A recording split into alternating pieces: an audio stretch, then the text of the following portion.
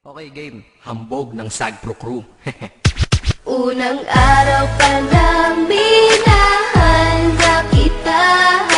Bakit ba ganito ang aking nadama? Di man kita lubusan pagkilala. Ano naman, basta mahal kita. Unang araw sa school, ako'y nasa eskwelahan. Uniforme ay cool, baka may maeksenahan. Siyempre, merong bagong chicks ngayon nag-enroll. Kaso yung iba mukhang pang shake, rattle and roll. Oh, pero iisa ang agaw pansin. Isang babaeng kumakain mag-isa sa kantin. Tapos lalo pa akong natuwa at lalong sumaya nung nalaman ko ang crush ko, classmate ko pala. Haha.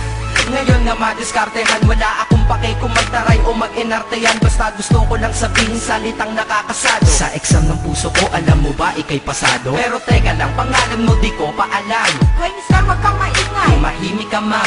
Anyway, di ko pa rin alam pangalan mong banal. Pero pwede ba, tawag ko na lang sa'yo mahal. Unang araw pa lang minahanda kita.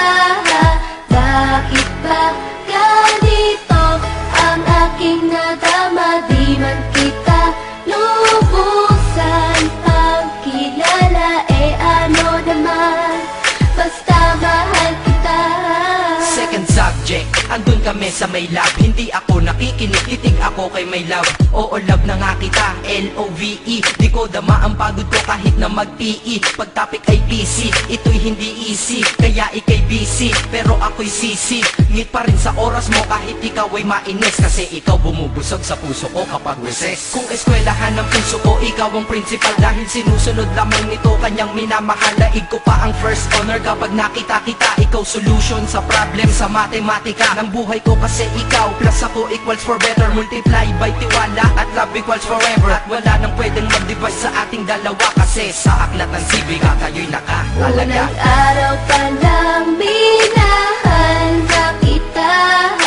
Bakit ba ganito ang aking nadama? Di man kita lubusan pagkilala. Ano naman, basta mahal kita. Tumatanggi ako sa tropa pag sinabing kating tayo, kasi mission ko sa aking pagpasok maging tayo. Yayayain lang nila ako sa bilyarang kalapitan. Bakit pa ako dun sasama kung sa iyong tabi kalangitan? Diba tama aking katwiran?